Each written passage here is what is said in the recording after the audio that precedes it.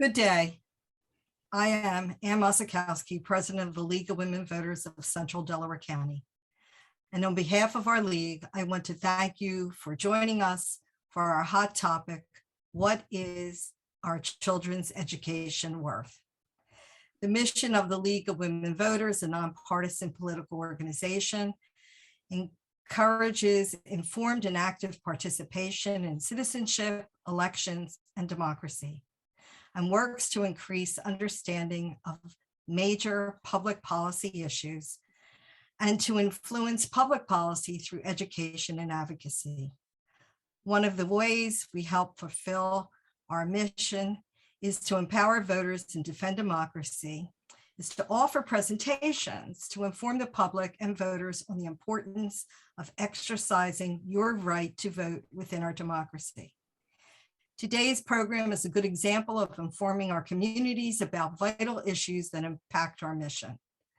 The League of Women Voters, a multi-tiered organization, has positions on the role of public education.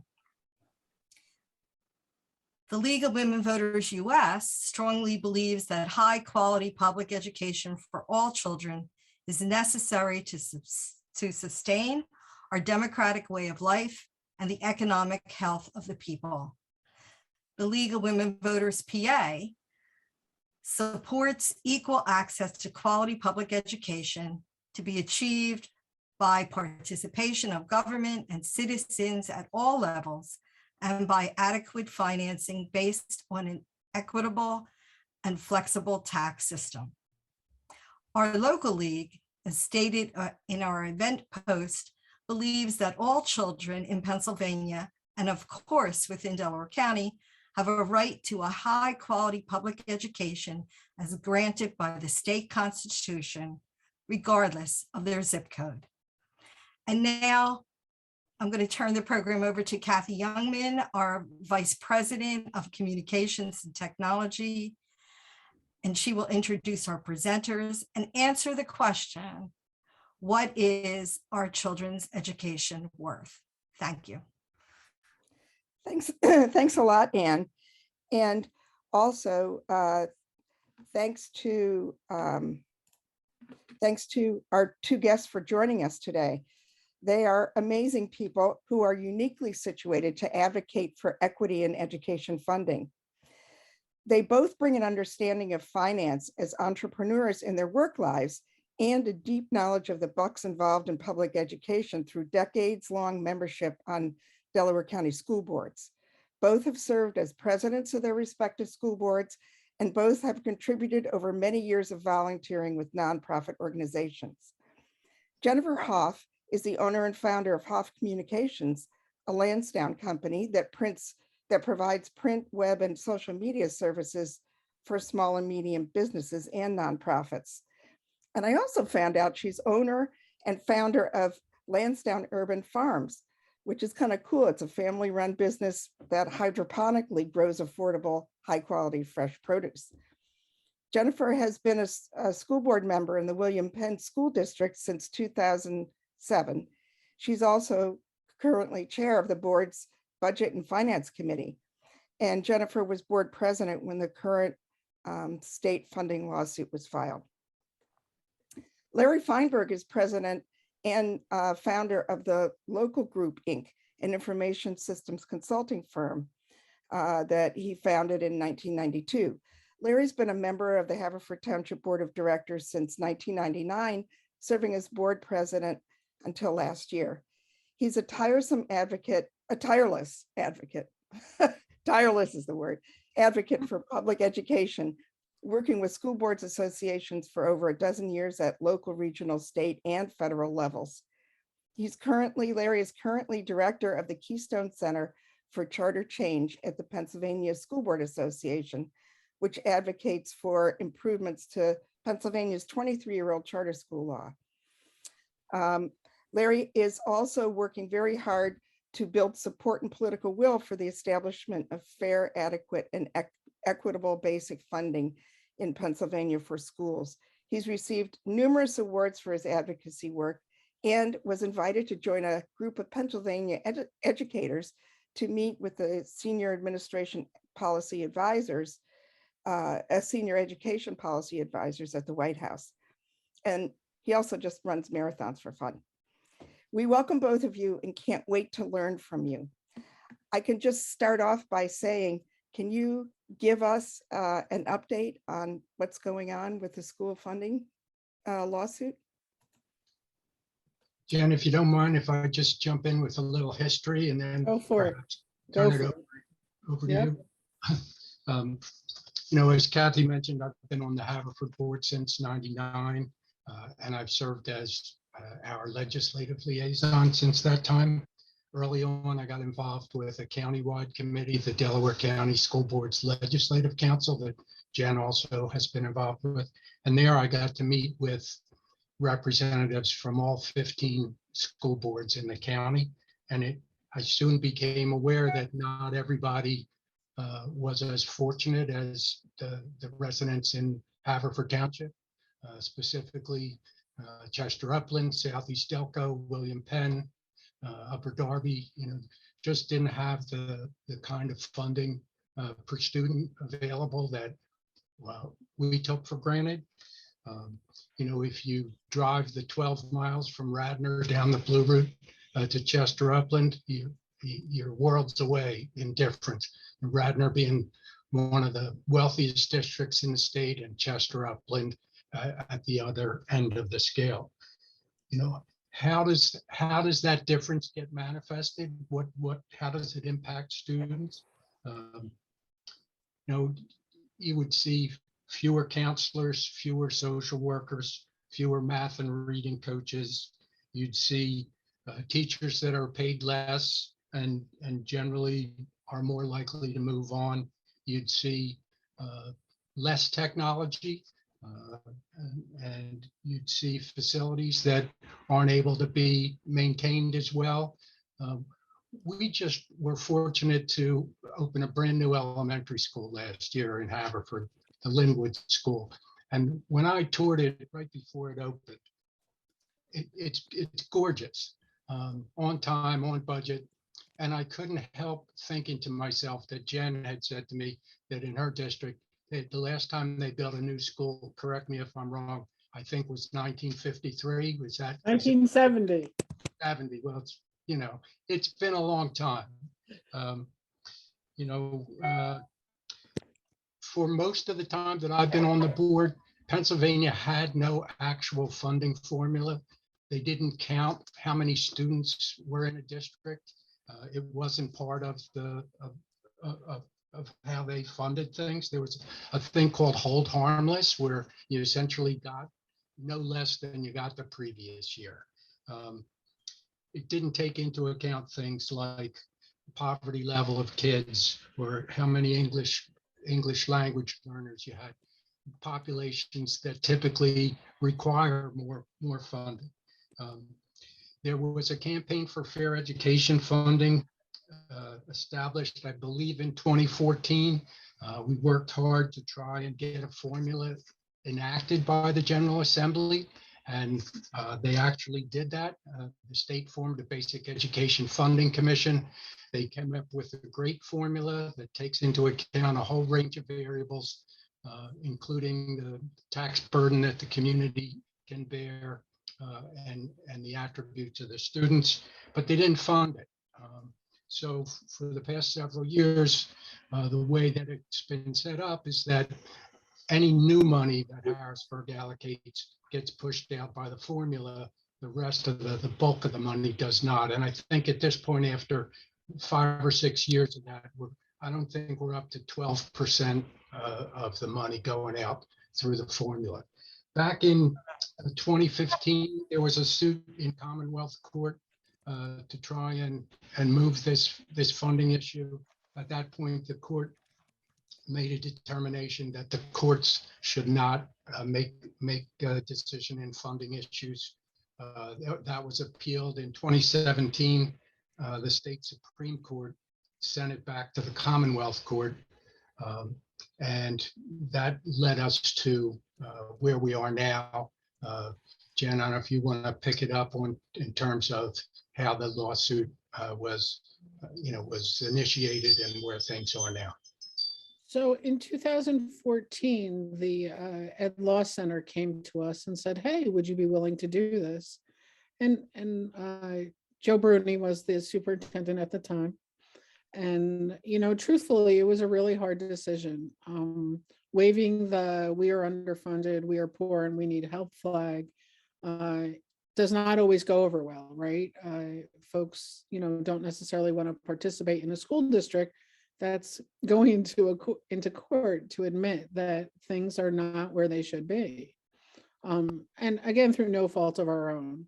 But we did make the decision to go through with the case. The first case, I think, was sometime in 2016 from that decision, where they literally said in court, if you can turn on the lights, you're a viable school district. I remember that day like it was yesterday, and the gasp in the room when you could be in the courtroom was noticeable. We were horrified. And truthfully, that's what they think. Like they're not fibbing when they say, if you can turn on the lights, you're good. Because if you listen to the case this time, they said a lot of it too, right? The McDonald's track, well, those kids aren't going to be more than this. Why do they need biology? Like the disrespect of the citizens and the young people that I represent is just ridiculous. But so fast forward, we go through that case in 2016. The court says, "Oh, we're not really sure if this is legislative, judicial. We think it's more legislative. Take the next step to the Supreme Court and let them decide if this case should be heard." September of 2018, the state Supreme Court came back and said, "Yeah, this should be heard," which was a great day. I remember that day also. You remember the birth of your kids, your grandkids, and when you were told you could go through with a court case to fund your schools. So this case got started a little late due to COVID. Some disadvantages: we changed superintendents in the meantime. COVID money did help us, not gonna lie.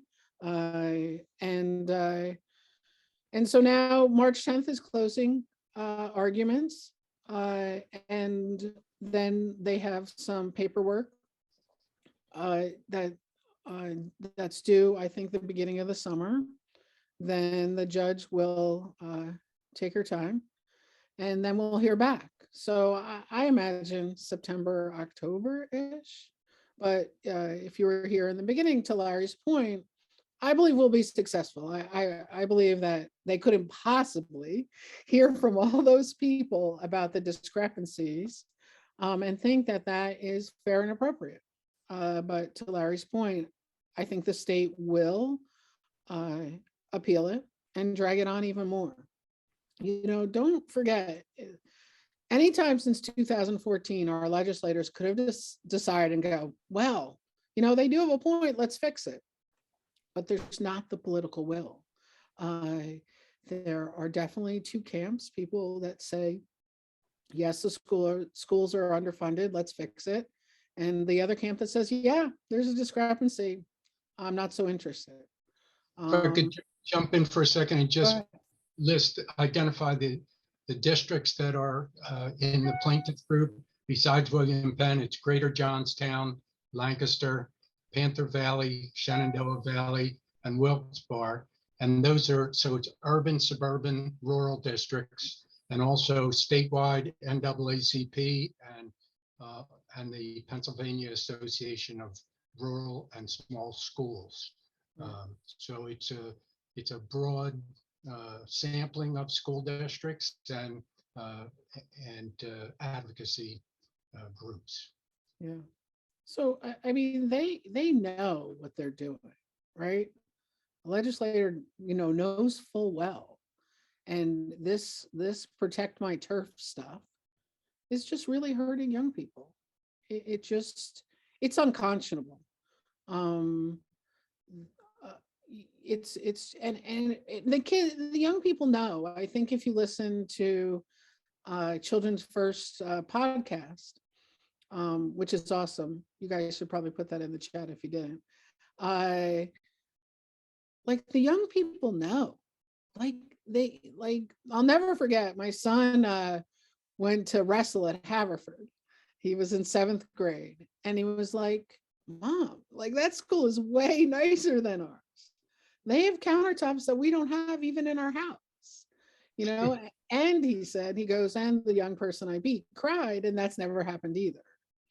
And so it's just unfair. Like if we don't give young people an equitable start, like how do we expect them to end up in the same place?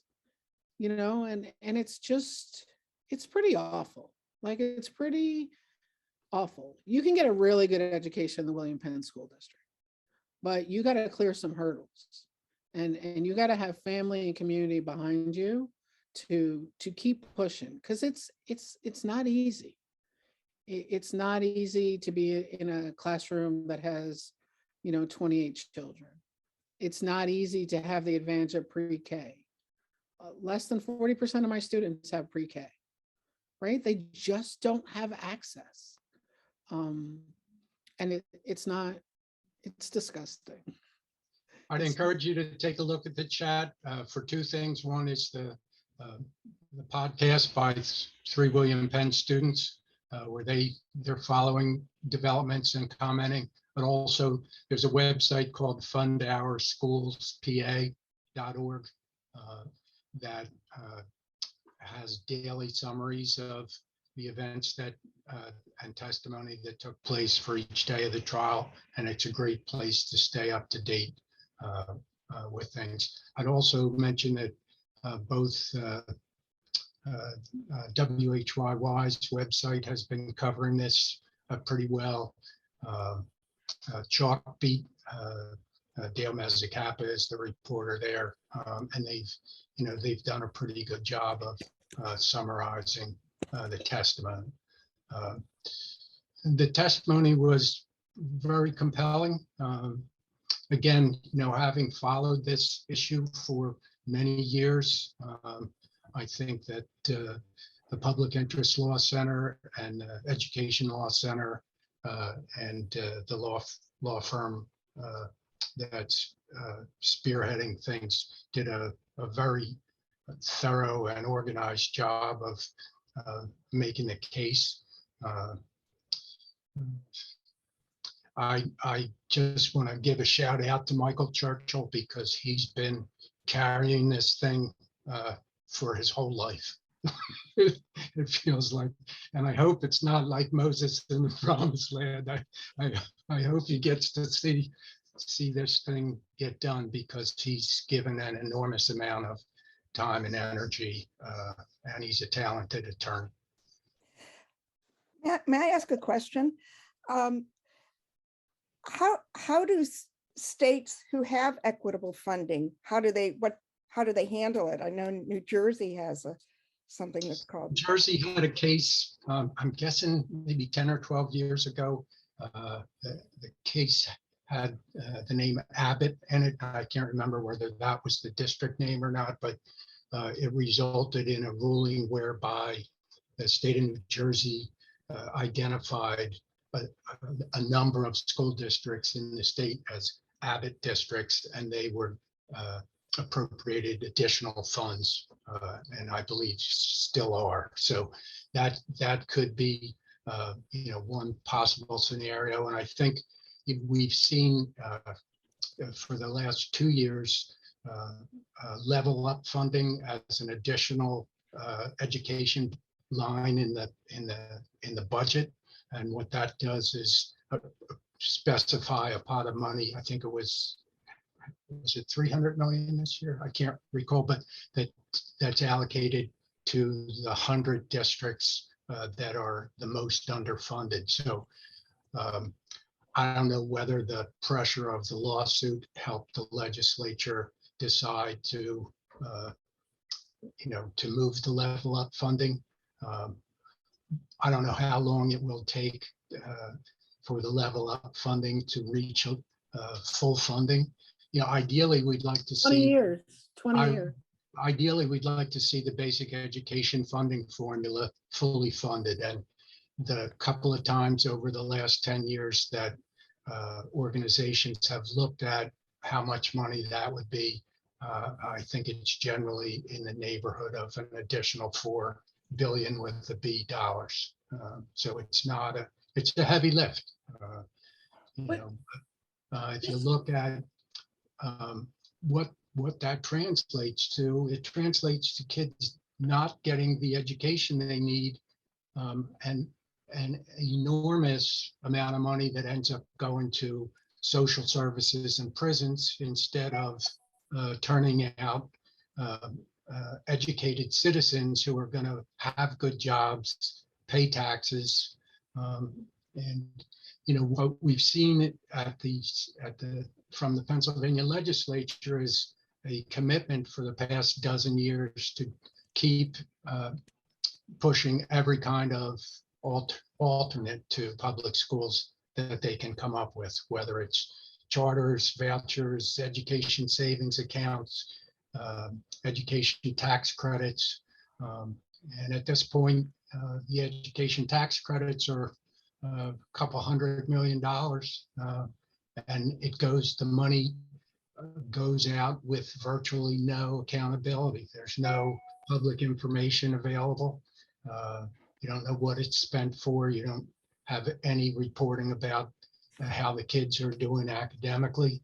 And it's odd that, you know, we are so regulated in terms of those kinds of things, in terms of being open with fiscal transparency, of reporting test scores. But it seems like the legislature is willing to just take money away from public schools and give it to private institutions with no accountability requirements. And the whole premise, if I may, with Level Up is a full acknowledgement of 100 underfunded school districts. So while I'm incredibly grateful for Level Up, you just admitted there's a problem, right? Like it's just weird. You acknowledge the problem, you go into court and say, yes, these children get this and these children get this, fully acknowledge, and you keep going, right? And you keep getting elected. You know, you just kick the can down the road, and we are losing whole generations of young people. And then we wonder why they're behind, right? You know, you're not given all the tools, you're not given all the things that you need, but why aren't you here? Why does your test score look like this?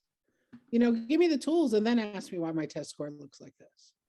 Like, I had an opportunity a few years ago for PSBA where my role was to have legislators come tour our school buildings and meet with the administrators and the school boards. And Jen now has that position. It's called an advocacy ambassador. And it struck me when I did that, you know, I got to go through most of the districts in the county. So I know how well appointed the Haverford district is. I've been to Radnor schools, and I just couldn't help thinking, if I could just get the Republican leadership of the legislature to come tour William Penn schools and to tour Southeast Delco schools and to tour Upper Darby schools, that they couldn't help but be affected by that. But but they won't do it. You know, they won't come. Can I ask you a little bit more, Larry, about charter schools?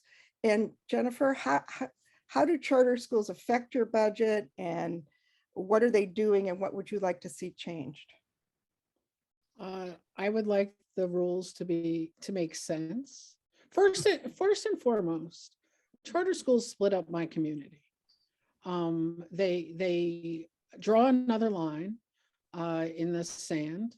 They cherry pick students, right? We take all students.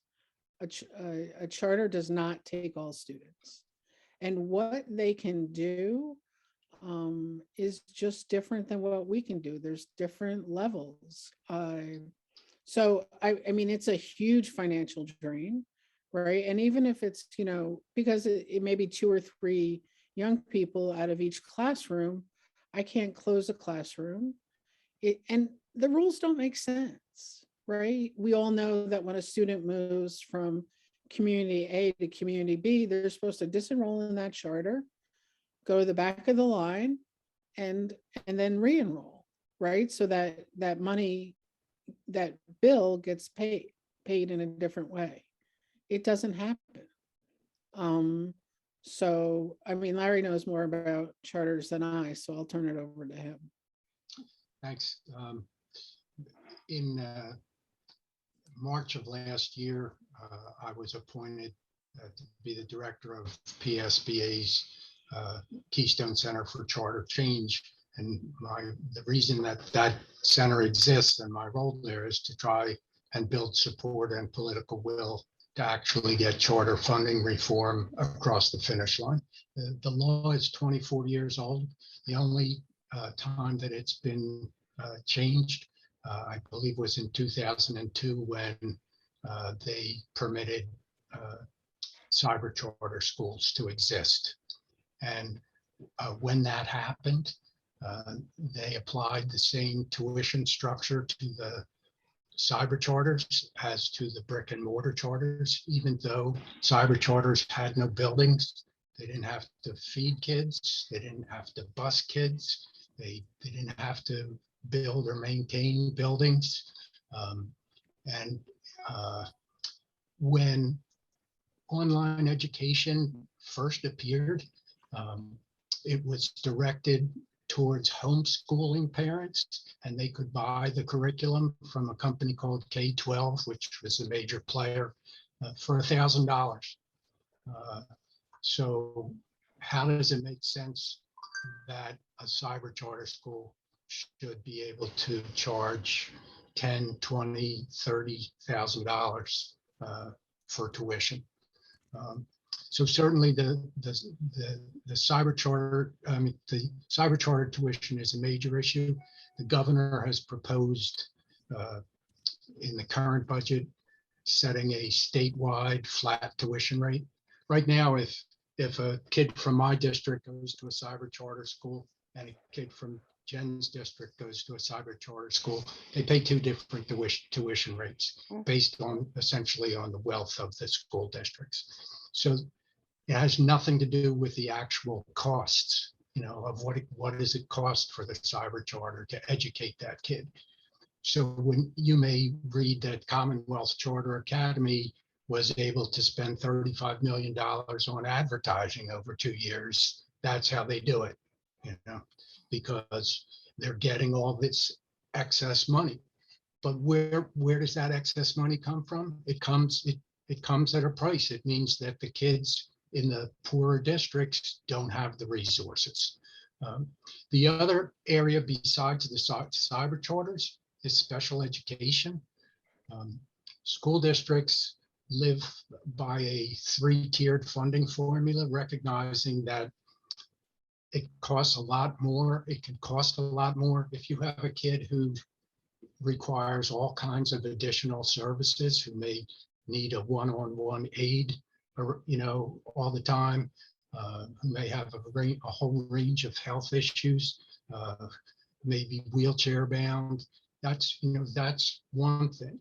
But the majority of kids that are in special ed or are more likely to need help with speech and language, for instance, which might cost a few $1,000s a year in a regular school district. So if that kid's speech and language student goes to a charter school or a cyber charter school, they get a rate that's based on the total population of special ed kids, including those who require extensive services. Wow. So that premium difference can be anywhere from an additional $4,000 to an additional $20,000 or $30,000 for each special ed kid in a charter school. And again, those are dollars that the charter doesn't have those costs. You know, if it costs them $4,000 to provide speech and language therapy, why should they get $25,000 or $30,000 for it? Again, that's $20,000 that's not available in the sending school district. And the majority of the kids that are in charters and cybers are from districts that are already the most underfunded. If you see the little logo over my head there, if you want more information on the charter issue, pacharterchange.org. You know, we're trying to do as much as we can to make folks aware. It's pretty tough, especially this year being an election year. Our legislators, how can I put this, might have less courage than they normally would. Realistically speaking, I'd be surprised if there's anything significant this year. I'm sure that if and when they do decide to make some substantive change to the charter school law, that they'll probably bundle it with something like education savings accounts or an additional $200 million for tax credit programs. So, you know, that's sort of how things get done or don't get done in Harrisburg. I'm happy to go on ad infinitum about the charter issue. It'd be more productive to, you know, take questions and see where things go. May I just point out that there are some excellent resources being put in the chat. And when we send out the link to the recording, when it's up on YouTube, we will include these resources. There's a lot of good information. So we Let me just posting.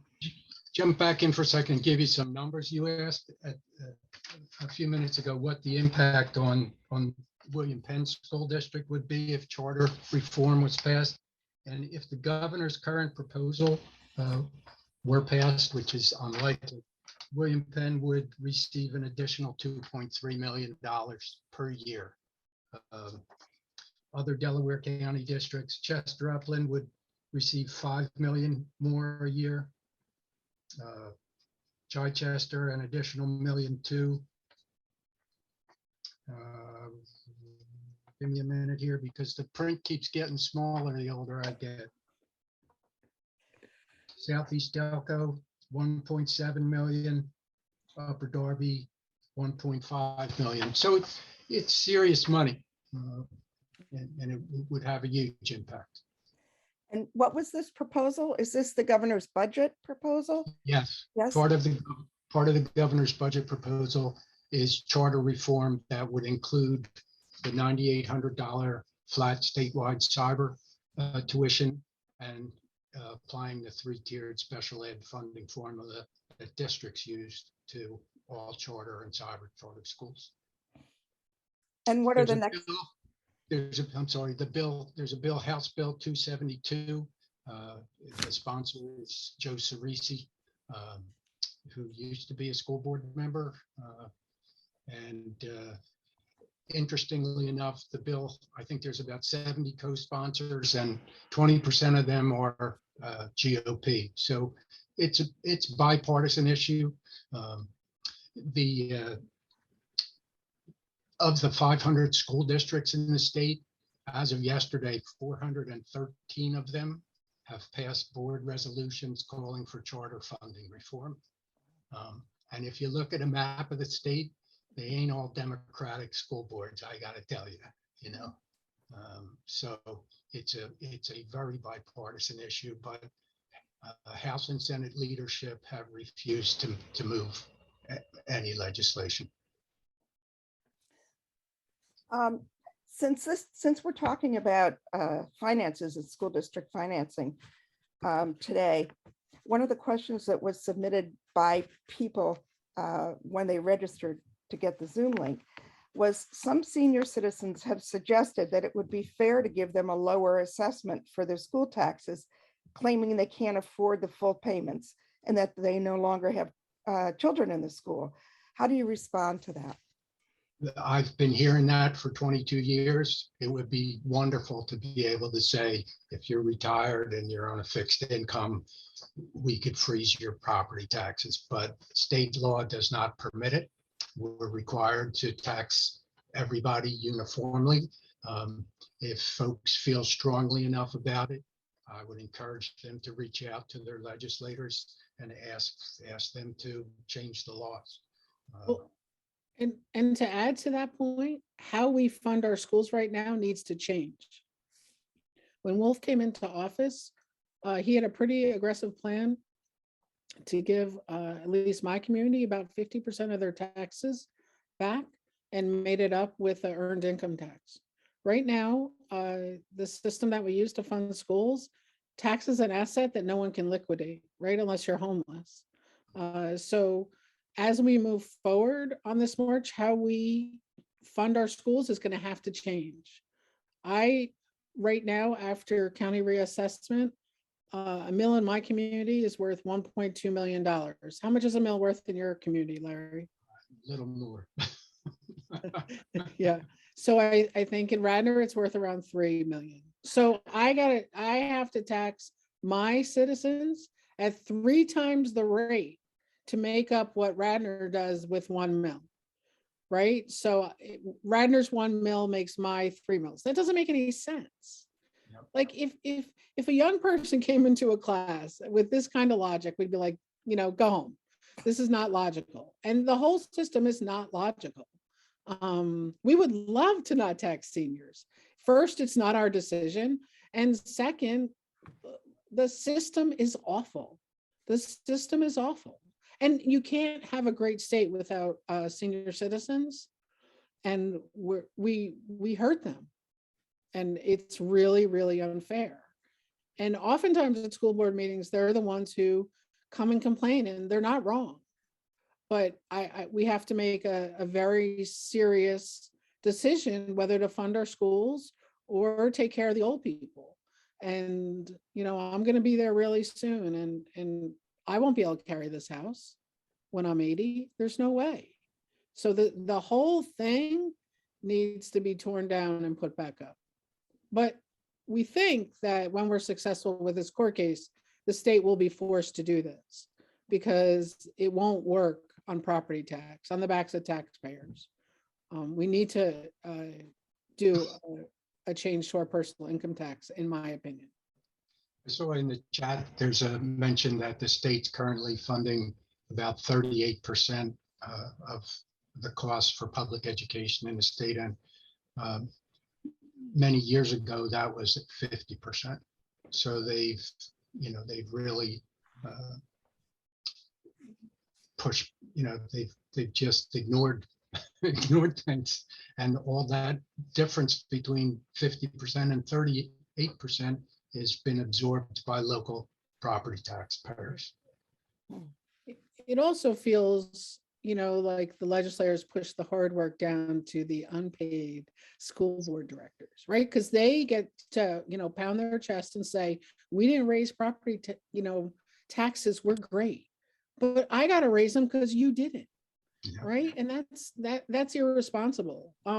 Another thing, and not our state's fault, IDA funding, our special ed funding, is down to 12-13%. That used to be at 40%. So that's the feds putting more stuff on the back of the taxpayers also, where again, they say we didn't raise taxes, but Jennifer has to do it because no one else did.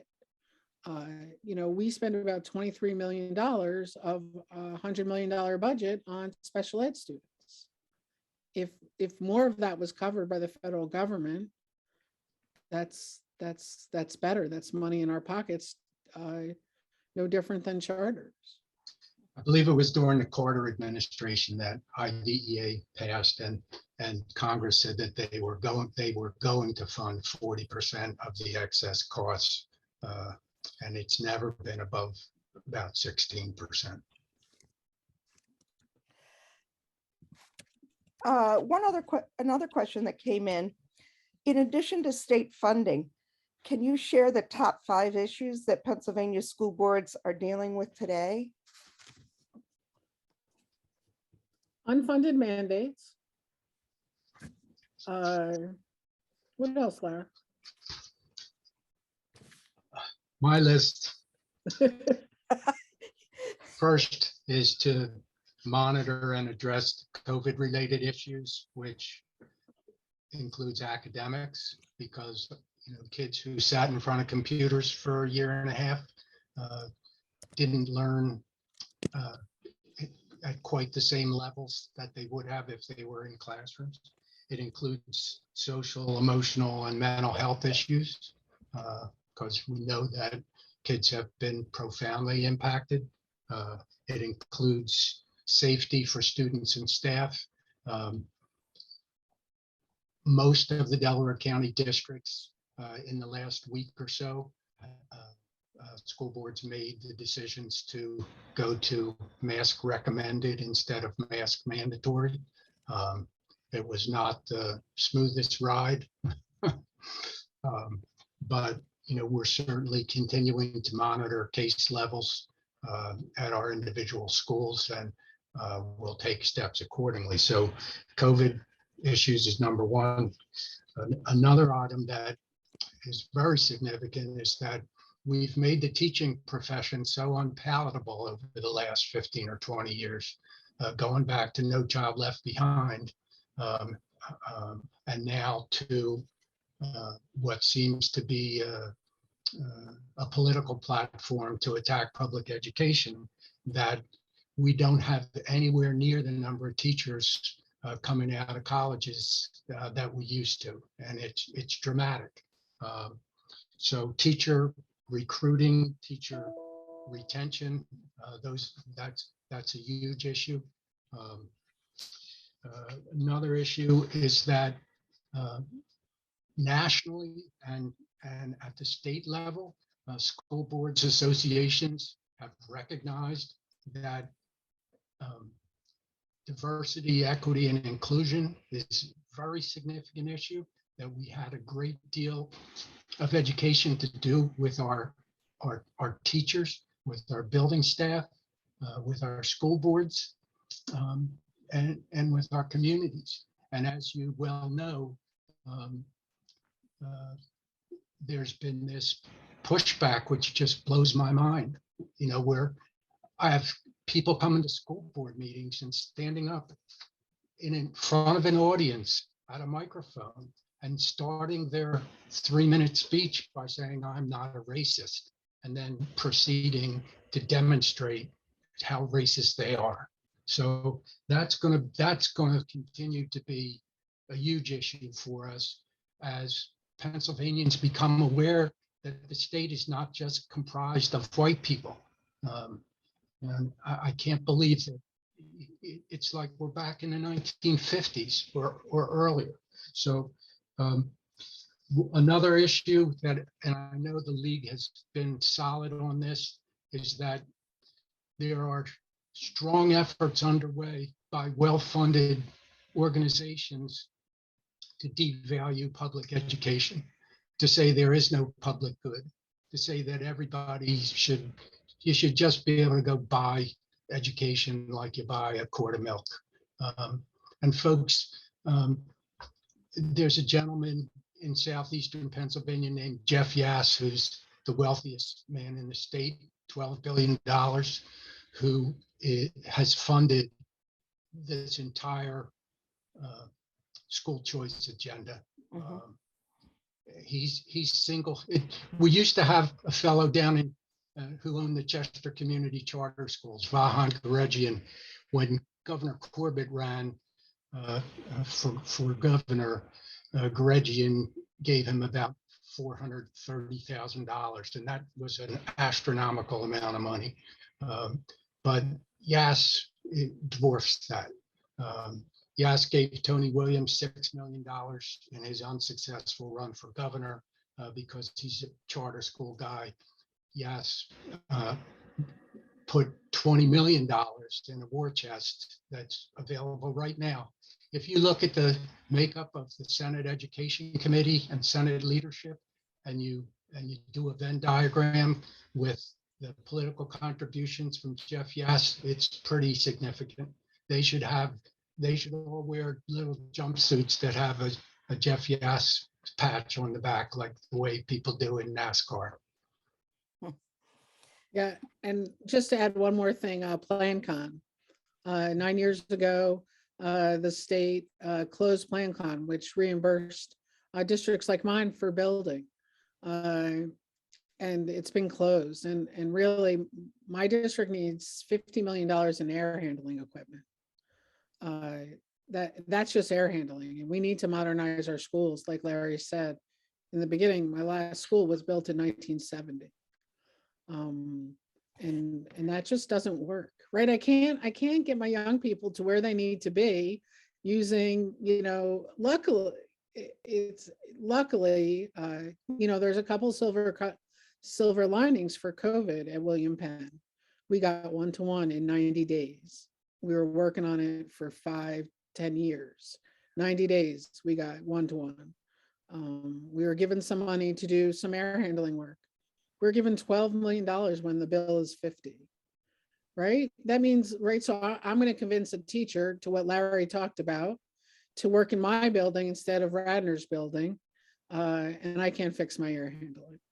It's just the hurdles that they throw in front of us are just pretty awful, but we need PlanCon back in a big way. Why was PlanCon closed? They said money. It's like if you decided one day to just stop paying your bills. Okay, I don't like having to pay for electricity and water and the state they had been reimbursing districts for a significant portion of construction costs, and they just stopped doing it. Can I kind of switch gears? I know that Larry has to leave a little early. One person wrote in with a question: the position of school board director or school board member is so important to our children and our communities today. With all the vitriol that's aimed at you, what would you say to convince other folks to run and serve on school boards? I see you're smiling, Jennifer. So the young people are amazing. The ability to affect their lives and advocate for them is heartwarming. I have met so many amazing young people. It's 5 miles from one end of my school district to the other.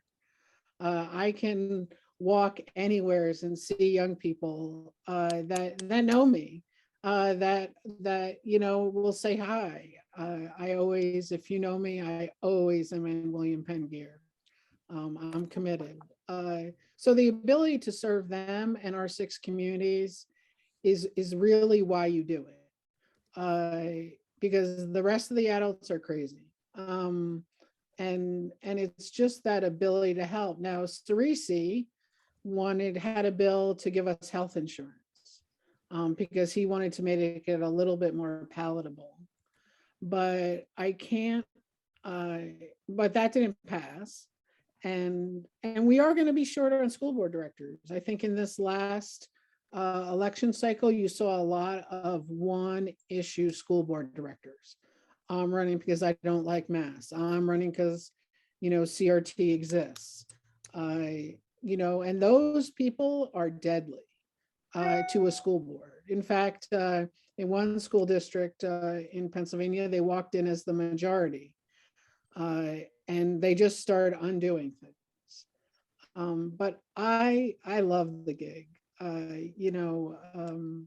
The ability to serve young people and to really be in it with them. My kids graduated from William Penn, and I know the goodness. Like, I know the goodness of our young people, and they deserve a chance. And it is really my honor and privilege to advocate for them, in my lifetime. I would echo. I mean, I can't say that it's been without challenge for the last 2 years. It used to be that the only time I might have a full auditorium for a public board meeting was if we were having a labor issue, or There was one year where we talked about cutting 12 minutes off the music program. We've had a pretty full auditorium for close to 2 years, and I wish I could say that people were polite and respectful, but that has certainly not been the case. Why would somebody want to run for school board? People say it's such a thankless job. Well, I'll give you some examples of how thankless it is. I got to shake hands with 420 graduating seniors who were in kindergarten when I started on my school board. I've had elementary school students come speak at a public board meeting eloquently to tell us about the character development initiative in their school. I've seen countless accomplishments in art, music, theater, robotics, all the full range of athletics and academics. I can drive through Haverford Township and know that I participated in the fact that we've touched every one of our schools, that we've built new elementary schools, that we've remodeled, completely gutted and remodeled our middle school. I've been able to go to classrooms on Read Across America Day and read to elementary school students. So those are the kinds of things that you can't put price or value on. And that's, if I were not going to be 70 next year, I'd run again. I'd run again. But my wife would kill me.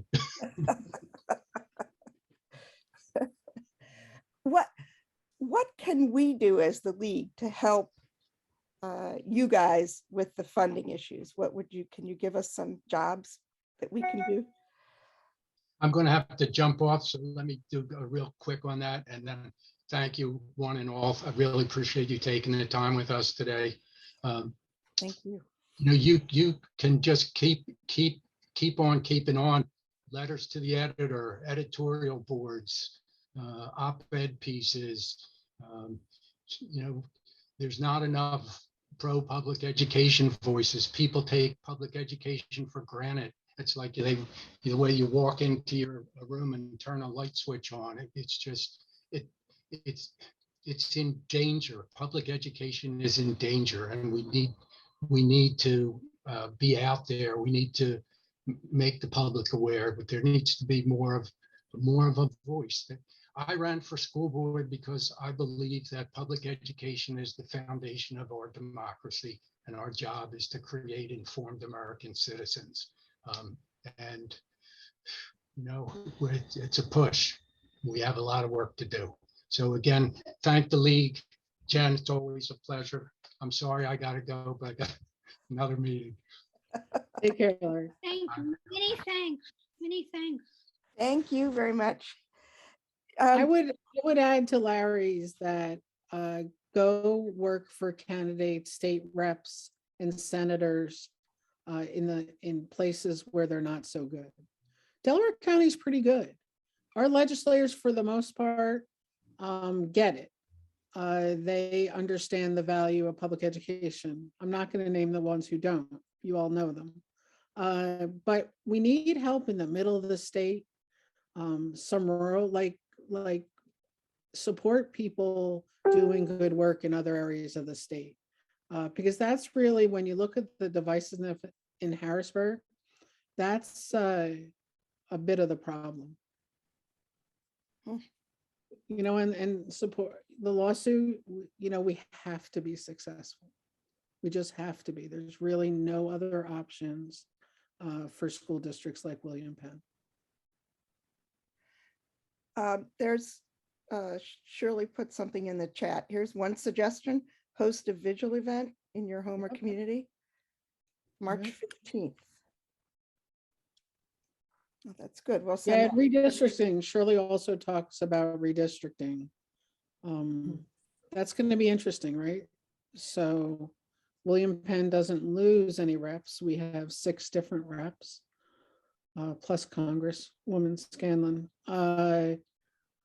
But we do I'm actually sort of concerned about redistricting. While I'm happy to have Senator Carney, I'm concerned about being split from Yaden and Darby and Colwyn. We had a nice partnership of advocating together, and so now we'll be a little bit split up.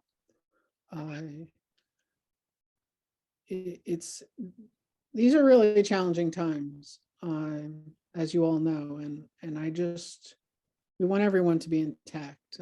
Larry's right, public education is under attack, and I just don't understand it. Like, I just don't understand why you wouldn't want every citizen as educated as humanly possible, right? Like that whole McDonald's conversation, like, can you even imagine? We need biology to raise families. We need to know about nutrition. Like, if you want to work at McDonald's, there's nothing wrong with that. There could be a million reasons why that job works for you. But that you don't need biology in high school to raise your family. You don't need personal finance. You don't need those things. Like, it's not okay. Not okay.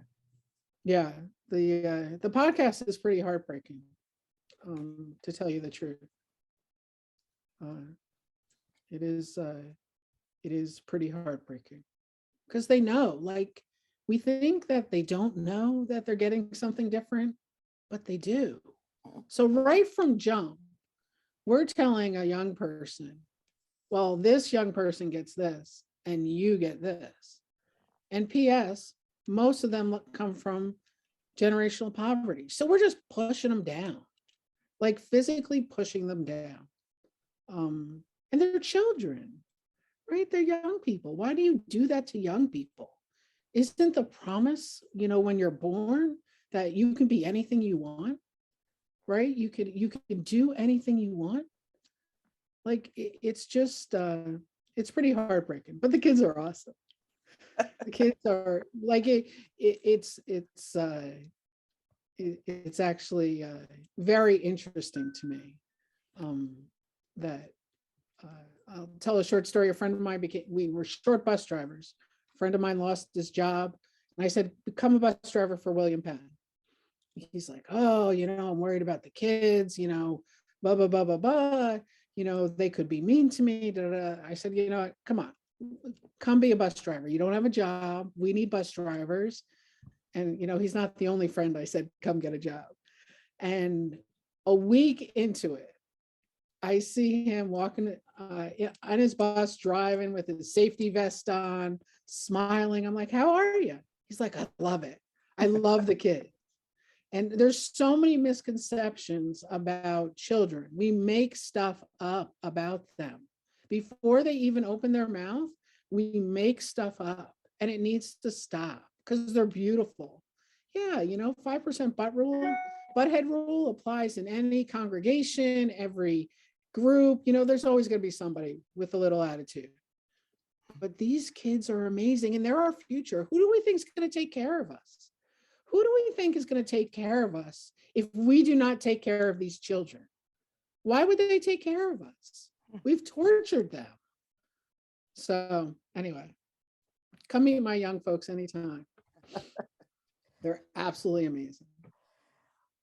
Yeah, it is, Dr. Duval Flynn, it is racial, absolutely. And it is economically biased also, which sometimes feel like the same thing. The state tests are economically biased, right? I was walking by a third grader one day, and the word was canoe. Well, I'm sorry, if you're a third grader from around me, you might not know what a canoe is, but you know what a rowboat is, right? And you know what a boat is, but you use the word canoe to a third grader because they may or may not have access. So why don't you just make the test fair? Right? We know that for every $10,000 your parents make more, you're going to do 10% better on the test. Again, if we know that, why are we doing that? Why are we doing that to young people? We're going to base you on how much your parents need and how many times they can get you to the zoo? That's ridiculous. That's ridiculous. Sorry. Well, I can't thank you enough, Jennifer, for sharing with us. Anne, did you want to make some closing words? It was wonderful. I learned so much from you guys. Thank you. Yeah. Anybody have any questions? If you Thank could, you, guys. Hi, Jennifer. Thank you so much. Oh, We you're very will be- welcome. We'll be putting everything from the chat, the links that were shared. I wasn't going to go here, to be honest, to wrap this up, but I'm going to go here. Beyond thanking you and Larry for sharing your expertise, I was on the William Penn School Board for 13 years as a school board member. My children did go through the William Penn School Board. I was, my first teaching job was in the Walnut Street School, but the old building under Darby Colwyn. So my children went through probably one of the last new building in William Penn, Walnut Street School. And I totally agree. They had a great education. It was really super to be part of that district. And you're so right. The children are why school directors do this. Yep. So keep up the fight. We encourage you and hope for the best. The League of Women Voters of Pennsylvania, as you know, has been very supportive of this lawsuit and continue. They've done vigils. And so the suggestion to do a vigil is important. And we will hope for the best. It's so important. So March is going to be an important month. I was supposed to say, and I will, March is also important for our league. We have 3 events coming up, and Kathy has behind her virtual screen there, our website. So we thank the people who attended this. Check out our events on our website at lwvcdc.org. And thank you. Thank you for your support. It's groups like this that make it a lot easier to know that there's folks backing us up. thank you so much. Have a great day, everybody.